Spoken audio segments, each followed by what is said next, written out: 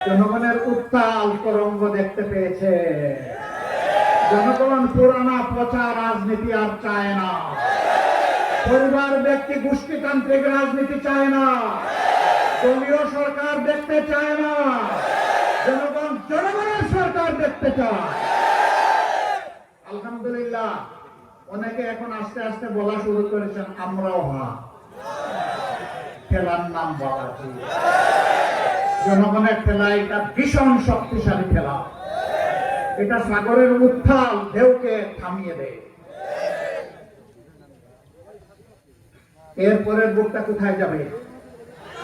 যাদেরকে ভোট দিলে বাংলাদেশে আবার ফেসিবাদ ফিরে আসবে তাদেরকে ভোট দিবে?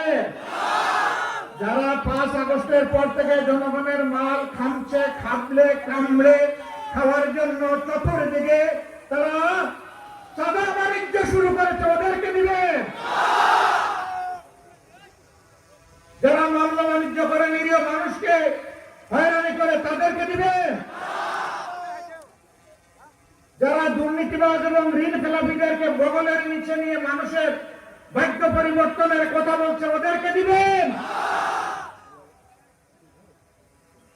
এদেশে পরীক্ষিত, প্রমাণিত, পরিচিত যারা ন্যায়ের পক্ষে, সত্যের পক্ষে, হকের পক্ষে, মদিনার আদলে ইনসাফ কায়েমের পক্ষে যারা থাকবেন, এবার বাংলাদেশের জনগণ সিদ্ধান্ত নিয়েছে তারা তাদের পক্ষে থাকবে ইনশাআল্লাহ। তাই গণজোয়ার শুধু ময়মনসিংহ না, সারা বাংলাদেশের একই চিত্র। যুবকরা ইতিমধ্যে জানিয়ে দিয়েছে আমরা ধান্দাবাজি, ধাপ্পাবাজির রাজনীতির সাথে নাই, আমরা কোনো কার্ড এবং বেকার ভাতার সাথেও নাই। আমরা নতুন বাংলাদেশ দেখতে চাই, সেই নতুন বাংলাদেশ হবে।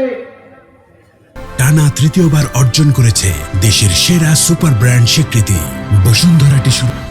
24-এর আকাঙ্ক্ষার বাংলাদেশ ইনশাআল্লাহ। তারা রায় দিয়েছে কোথায়? ময়মনসিংহে না, ঢাকা বিশ্ববিদ্যালয় থেকে শুরু করেছে, আর আপাতত জগন্নাথ বিশ্ববিদ্যালয়ে গিয়ে একটু বিশ্রাম নিচ্ছে।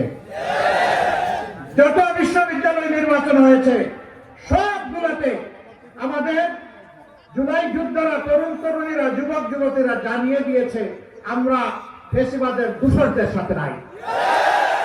এখনই যারা মানুষের উপর অত্যাচার করে, নির্যাতন করে, চাঁদাবাজি করে, লুণ্ঠন করে জনগণের সম্পদ, ক্ষমতায় গেলে এরা কি করবে? সারা বাংলাদেশকে কামড় দিয়ে খেয়ে ফেলবে, মা বোনদের ইজ্জতের ধার ধারবে না।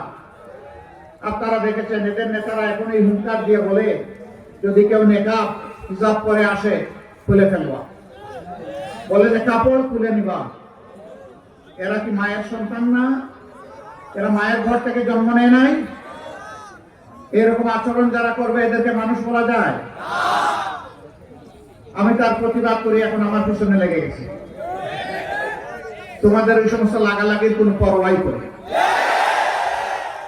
পরোয়া করি শুধু আল্লাহ তাআলাকে, পরোয়া করি নিজের বিবেককে, বিবেক দিয়ে যেন কারো কোনো ক্ষতি না করি সেইটাকেই পরোয়া করি।